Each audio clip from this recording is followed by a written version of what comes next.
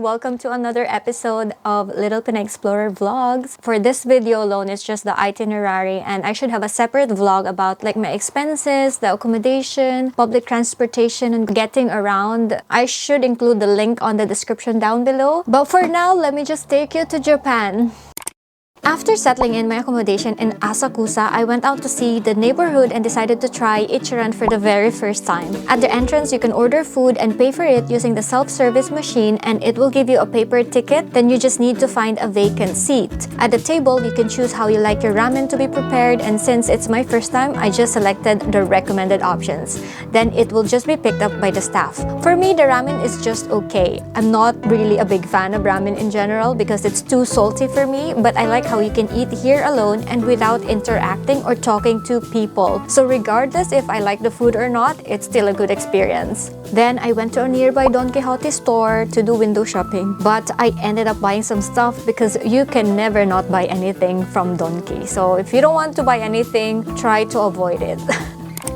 For my second day, I got my breakfast from a nearby 7-Eleven store and met up with a friend who lives in Japan. So my friend is actually a tour guide here. So you guys, if you are coming here, why don't you check out the Facebook page of J Travels?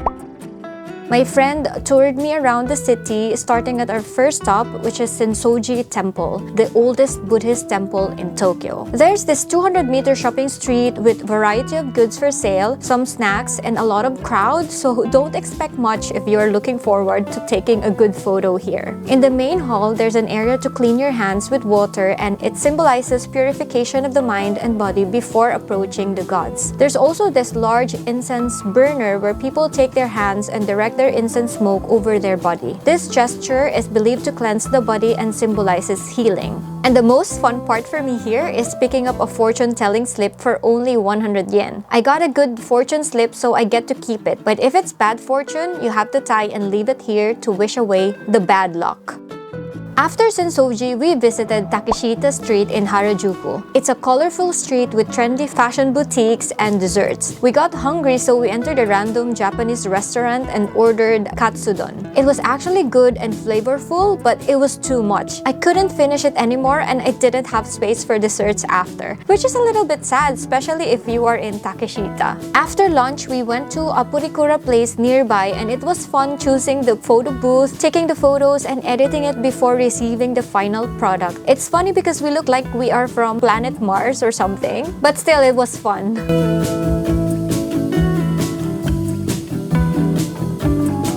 After Takeshita, we walked around Shibuya, and of course, I will not miss the famous Shibuya Scramble Crossing. We saw Hachiko just outside Shibuya Station, and there was a queue of people wanting to take photos with it. It's basically just a simple looking statue of a dog, but if you know the story of it, it's so heartbreaking. And then my friend drove me to Odaiba, a man-made island in Tokyo Bay. Some of the sights here are the Rainbow Bridge, a replica of the Statue of Liberty, and a Gundam statue in front of Diversity Tokyo Plaza. There's also a shopping mall here, so we spent some time shopping in Daiso, Uniqlo, and GU. At nighttime, we drove back to the city to have dinner. We visited some of the famous spots in Shinjuku.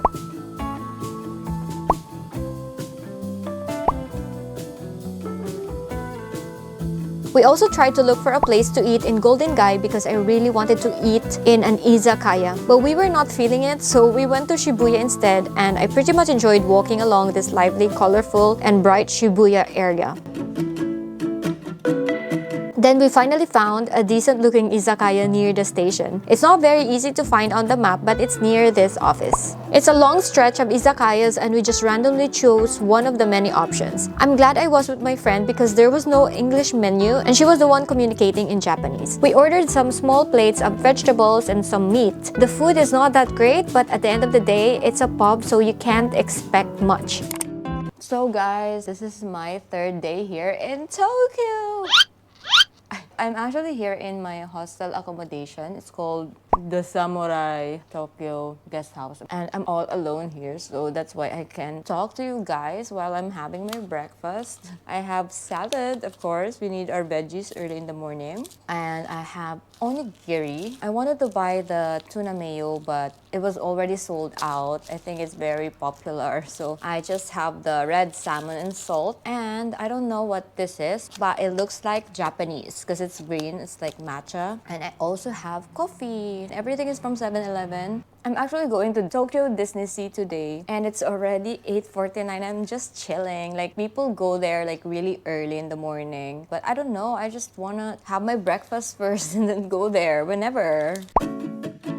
To go to Disneysea, I used my unlimited Metro Pass going to Tokyo Station, and here I bought a separate return ticket going to Maihama Station because this is where you can take the Disney trains going to either Disneyland or Disneysea. And then I just tapped my Suica card going to Disneysea from Maihama Station. Upon arriving, I decided to leave some of my belongings in the locker area before fully immersing myself into the Disney world.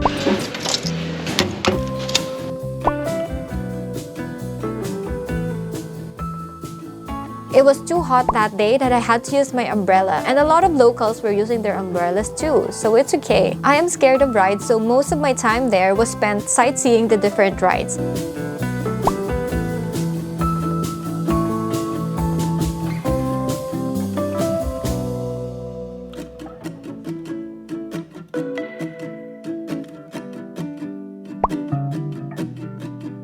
The only rides I did, if you call it rides, were Transit Streamer Line, and then there's the big city vehicles and the carousel. I wanted to do this ride and I was standing there for a long time trying to collect courage, but I still got scared at the end and I just ended up leaving. If it's too hot outside, especially during summer, you might want to cool down here and enjoy the indoor rides. There's also different restaurants which is themed according to the area. I had my lunch here at El Dorado Cantina because it was the one nearest to me when I got hungry. I like the drink, but this pork rice roll, it's one of the worst food I've ever tasted. And in case your phone battery is running low, you can rent a power bank here using the Charge Spot app. I'm glad they have this because I forgot to bring my power bank, so my phone survived until the nighttime.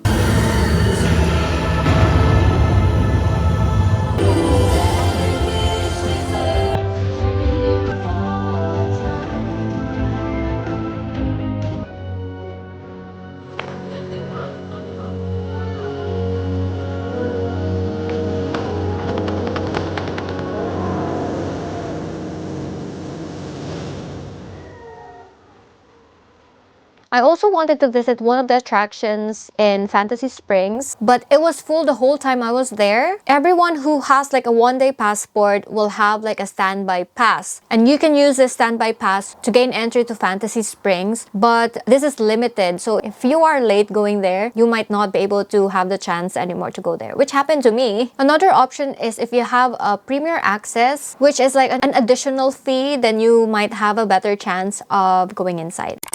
My day 4 started with a Japanese tea ceremony in Asakusa. This activity includes a kimono rental experience and a 45-minute traditional tea ceremony led by a host who showed us how to prepare, serve, and drink matcha green tea in a Japanese ceremonial way. After the ceremony, we were given enough time to take photos in their Japanese garden.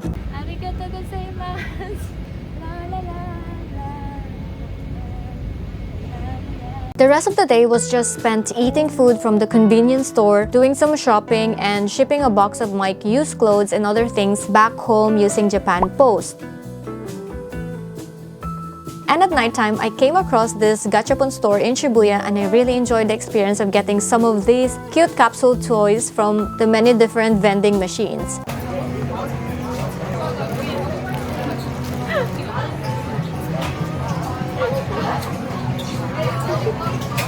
That night, I also arranged to meet up with a Japanese friend that I met in one of my travel adventures. Luckily, he was in Tokyo, so I messaged him so that we can go in a like authentic Japanese restaurant because I never really liked Japanese food, and maybe if a local person could lead me the way to like a proper authentic Japanese food, maybe it will change my opinion about Japanese food. Basically, we ate in this restaurant that has only Japanese menu. It was full of locals. The food was okay actually, but it just doesn't give me like a wow factor. The miso soup or this Japanese sauce, it's just not for me, but I could eat it. Anyway, thank you Gamori for joining me. I was so shy to even take a photo with him or vlog around him. I just didn't want to, you know, disturb his piggies. Anyway, I also walked around my neighborhood before heading to my hostel, which is just a few minutes away. It was nice to see Sensoji Temple at night without the crowd.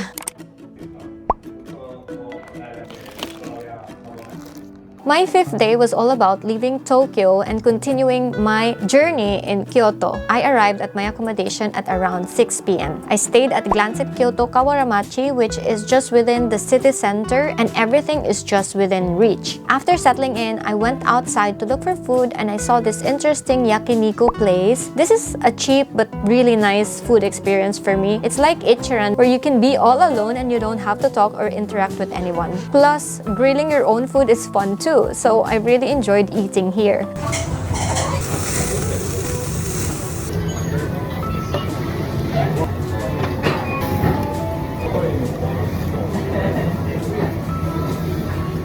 After eating, you can pay for it using the self-service machine, again, not interacting with anyone.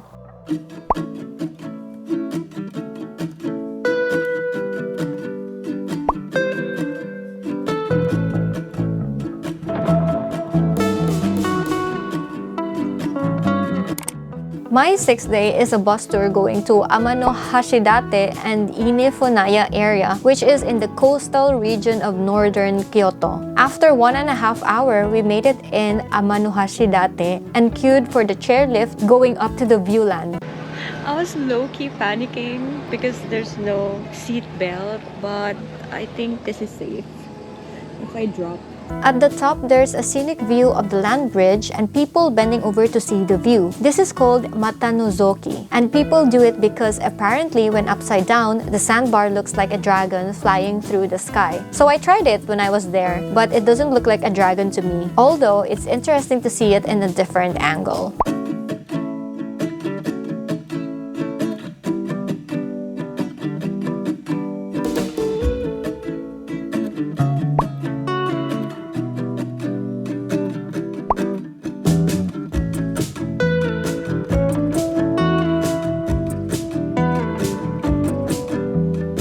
I also visited the seaside part of the land bridge, which is just a few minutes walk from our meeting point. I saw people renting bikes here and I hoped I could do the same, but I didn't have much time anymore, so I just enjoyed the sea breeze and relaxed for a bit. We then moved on to the next stop, which is a fishing village called Ine. It is famous for its preserved 200-plus boat houses, which is called Funaya in Japanese. The best way to appreciate the beauty of these boat houses is taking a 30-minute boat cruise. And before boarding, you can buy some prawn crackers at the store if you want to feed the seagulls while in the boat.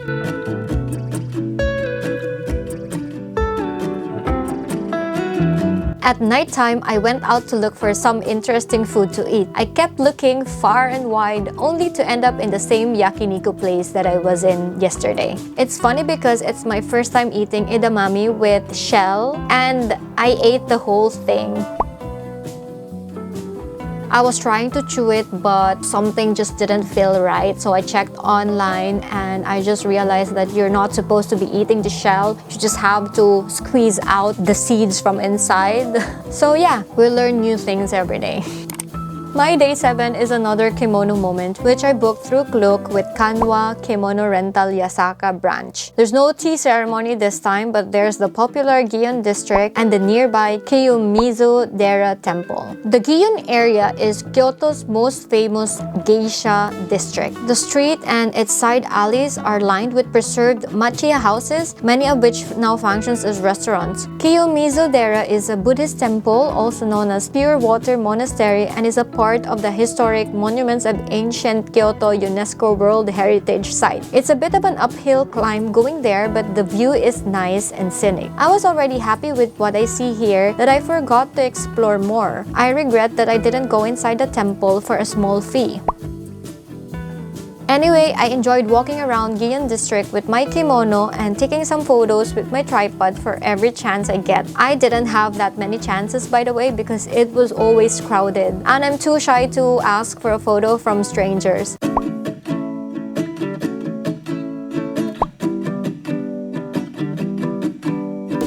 The Starbucks in Gion area is cute and very Japanese. I wanted to order and get a table, but it was full at the time, so I just continued my stroll outside and ate some snacks along the way.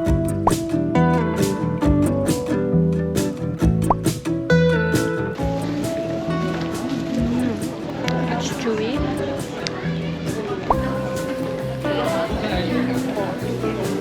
I also found an empty restaurant to peacefully eat a special matcha kakigori, also known as shaved ice dessert. I was trying to do it in a ceremonial way with zen energy, but it didn't go according to plan.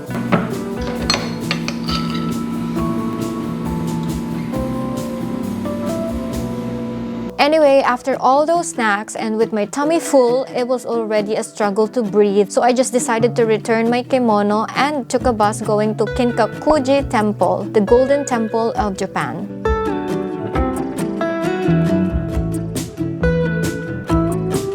The temple looks amazing with its top 2 floors covered in gold leaf. The gold aspect was intended to mitigate and purify any pollution or negative thoughts and feelings towards death. You can also toss some of your coins here for good luck. It is believed that if your coin goes into the cup in a single toss, your wish will come true. After the temple, I went back to the city center and explored the shopping areas for sightseeing and to buy some clothes. I also bought some food and had a little picnic moment by the river.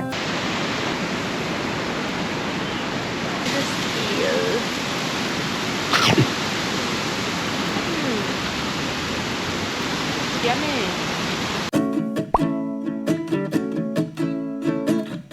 At nighttime, I went out again and walked around my neighborhood to look for food. There's so many cozy restaurants and izakayas around, but since I'm alone, it's intimidating for me to go inside. I was just scared, so I ended up buying food from a convenience store and eating it in my hostel. Good morning! I'm going to Osaka Castle first. It's actually 11 in the morning already.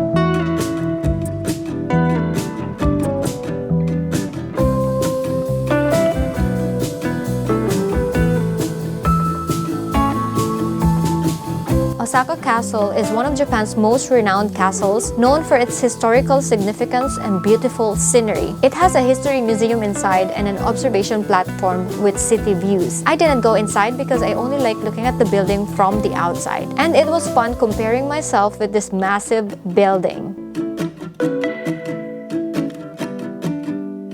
My next stop was in Dotonbori, a Japanese street food heaven near Namba Station. It was entertaining to see the massive food signages and billboards here. Some of it is actually moving and it's cute.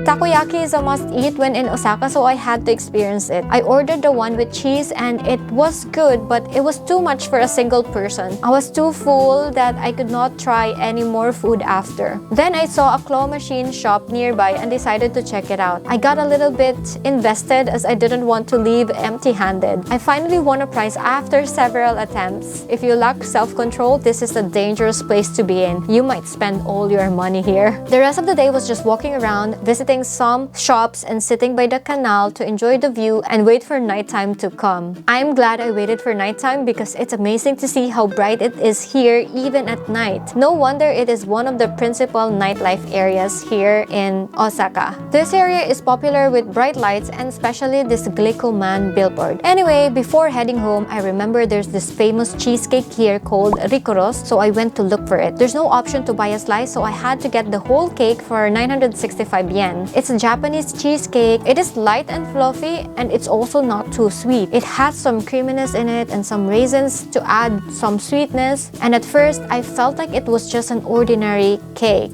but the more I ate it the following days, it was becoming more tasty for me, and I don't know why. What's the sorcery behind this? Good morning! I'm eating again. Oh my gosh, early in the morning I'm already eating desserts, which is very long. Today is day 9 and I'm going to Nara Park. It's now 8:20. I'm going to the train station. It's a 1-hour plus trip, so good luck to me.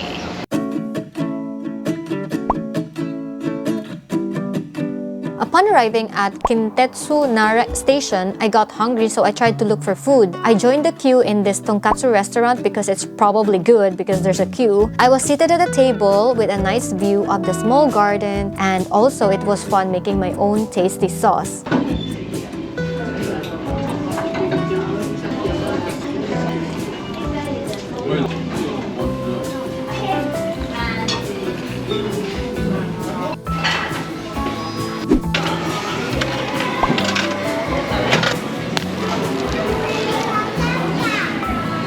After brunch, I made my way to Nara Park to meet our friendly deerly neighbors. Nara Park is a 1,600-acre park with over 1,000 free-roaming deer, which are considered messenger of the gods. You can buy deer crackers at the entrance near the road if you want to feed them later on. Also, it's not just about the deer here, but there's a lot of nature and chill vibes, such as this pond that caught my attention.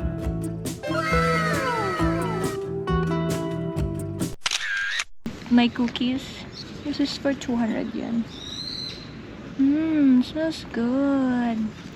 Where are the deers? They're not here. Oh, wow, the sky is so nice. Look at the sky.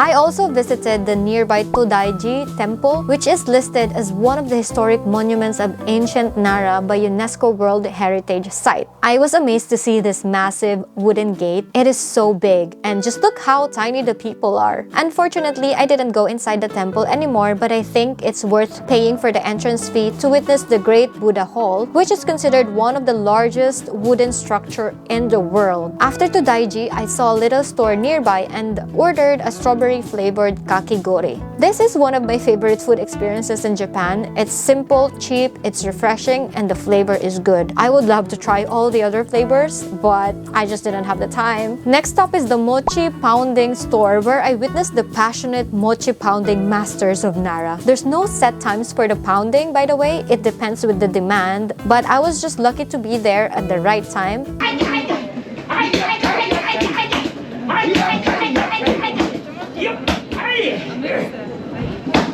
I bought a piece of their traditional mochi rice cakes, and it's really good. I highly recommend it. After Nara, I took a train going to Fushimi Inari Shrine, the most popular shrine in Japan. Just a few walk from the train station is already the entrance of the shrine, and there is the main hall and a shop to buy good luck charms and Japanese amulets before starting your torii gates journey up the mountain. Fushimi Inari is famous for its thousands of torii gates, which have been donated by individuals and businesses seeking favor store from the Shinto god of rice, known as Inari. It's a nice hike going up under the torii gates with some shrines and scenery along the way. I arrived there at 4 p.m. and it was still crowded. It was a struggle to take a photo, especially with a solo traveler like me who relies on my tripod for the photos. But if you go a little bit more up, it could be less crowded. I had some moments where there was no one in the background, but it was just very short moments. The area is open 24 hours, so you can go there any time of the day. I didn't continue going to the top as it was getting late and I don't want to be there when it's dark, so I just decided to descend through the other side of the mountain. I only spent 1 hour there, but hopefully next time I can go back and arrive very early and maybe hike more going up to see the scenic view. There's also a little food scene outside the shrine. I tried the strawberry daifuku and the grilled crab meat after. It tastes like a real crab meat. I didn't like it because I just don't like crab meat in general. We are finally in my last full day in Japan, and this day is dedicated to Arashiyama. Just by arriving at Hankyu Arashiyama train station, I was already welcomed by these cute Japanese lanterns and a unique bench. I arrived at around 11:30 and unfortunately it was raining heavily, so I just decided to look for food near the station. I found a very traditional sushi place owned by an elderly couple. They only have 5 seats and 1 menu. They just opened the store for the day, so I was the first customer and I'm lucky again to be there at the right time. The chef is very friendly and uses Google Translate to communicate. He's been making sushi since 1977, so this could be the best sushi experience I could ever have. The plate has 7 types of sushi and the chef taught me how to eat it properly. This one, no shoyu. Oh, okay. Direct.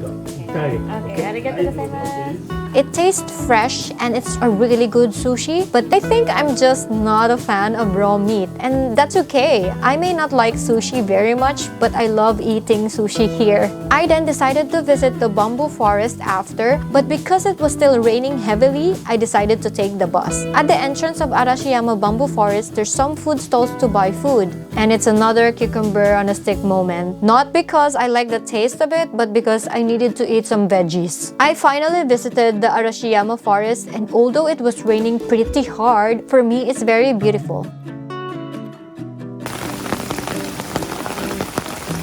I felt like the rain would not stop, so I just decided to walk around the nearby areas and decided to have an ice cream to kill some time.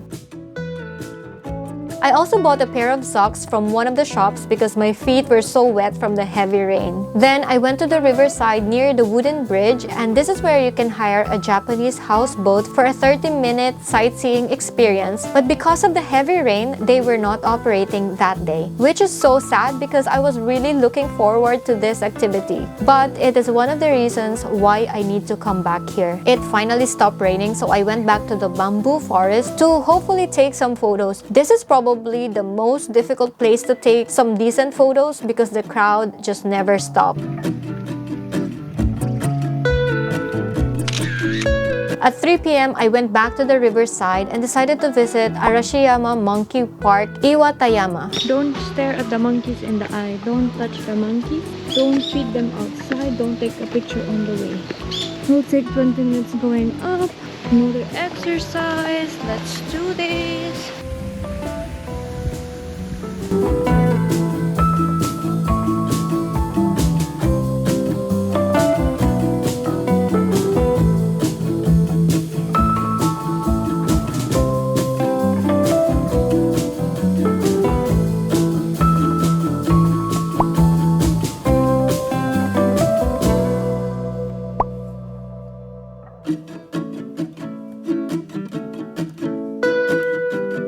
And because it's my last night in Japan, I decided to give it another try with Ichiran, this time with more ingredients to hopefully make it more tasty for me. After ramen, I was just strolling around the area and saw this cheese coin shop, and I have to try it. I just have to.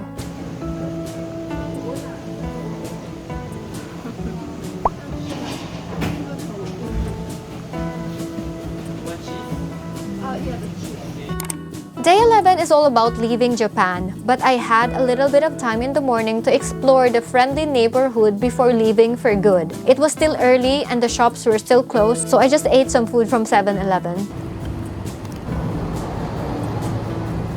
I just kept walking around until I stumbled across a crowded area, only to realize that I am actually in the famous Nishiki market without even intending to go there. I read a lot of comments online that it is overpriced and not worth going, but actually for me, it is a nice area to explore, especially if you're a foodie and maybe also if you are a solo traveler. I tried the premium matcha ice cream with warabi mochi. The mochi was okay, but I really liked the ice cream. It was just the perfect blend of the matcha flavor and the ice cream. I also tried taco tamago, a sweet baby octopus stuffed with quail egg inside. The one I tried was not warm, but I like the taste of it. If you want it warm, you can look for the vendors who will warm it up for you. I also managed to try the food in Matcha House since it has been viral online. I ordered the matcha tiramisu set and it was okay. The tiramisu was not too sweet and for me, it was a good combination with the matcha powder. The rest of the day was all about going to Osaka International Port and taking an overnight cruise going to Busan, South Korea.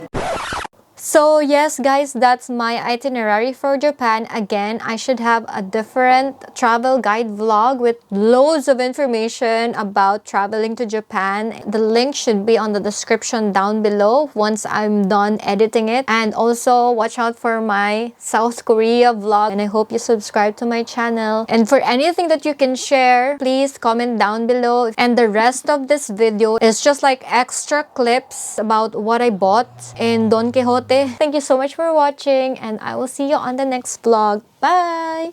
So here is the purchase of Don Quixote. Only one tub of the Fino thingy. Dry shampoo. Then one spray Bayor. And this is my favorite. This one is also on the popular side. Matcha things in here.